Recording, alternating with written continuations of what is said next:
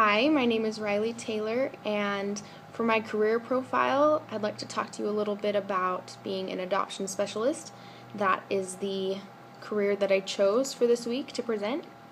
Being an adoption specialist for a foster care agency is somewhat similar to being a social worker. However, to be a social worker, you're required to have at least a master's degree, while being an adoption specialist does not require a master's degree.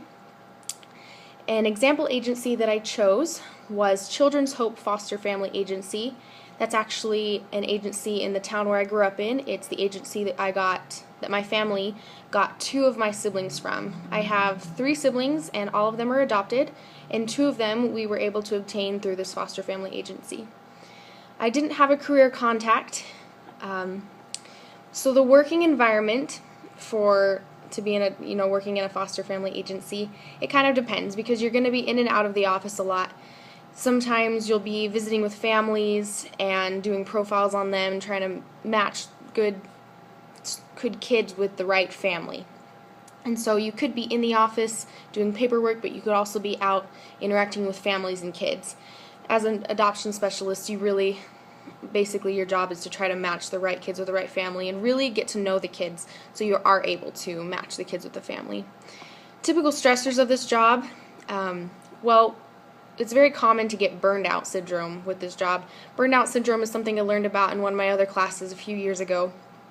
And basically, you get this burned out syndrome in the helping careers where you're in charge of students. Maybe teachers kind of get this burnout syndrome, or if you're a family therapist, you might get this burnout syndrome. Basically what happens is after doing it for so long, you realize that, or you feel like what you're doing might not make a difference overall. You're making a difference for individuals, but you look out and you see that there's still so many problems.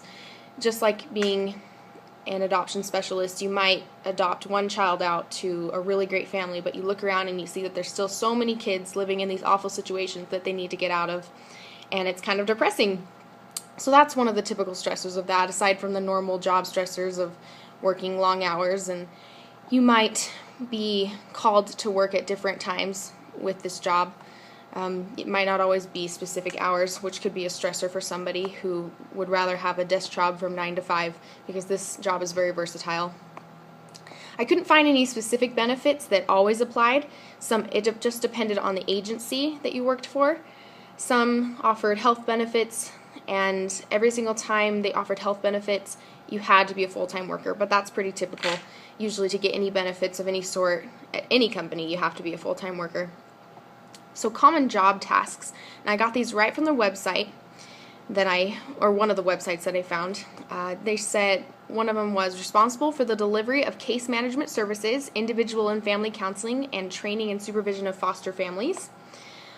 You assist the treatment director in developing individual treatment plans for troubled children and their families, maintain weekly contact with the foster families, children, and biological families, and monitor the progress of the child and family throughout the placement, assist with training, home studies, and evaluation for those foster parents, and use standardized tools to measure social and emotional progress and outcomes, and prepare written treatment plans and progress reports.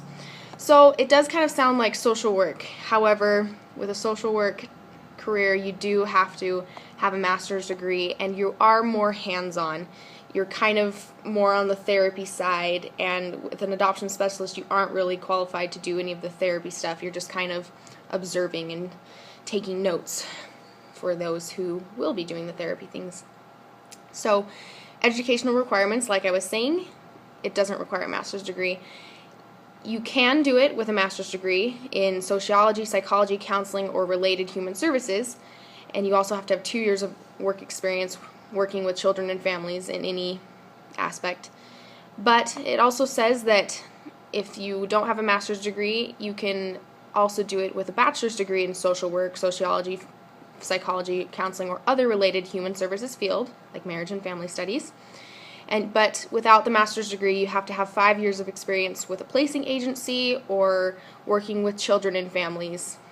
So, although you can do it with a bachelor's degree, you will be required to have some more experience to get this job, at least at the place where I was looking the website that I was looking at. Each adoption agency might have a little bit different requirements.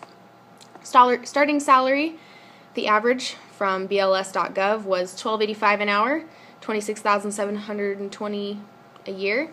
Or the experience salary range was about $26.16 an hour, $54,420 a year.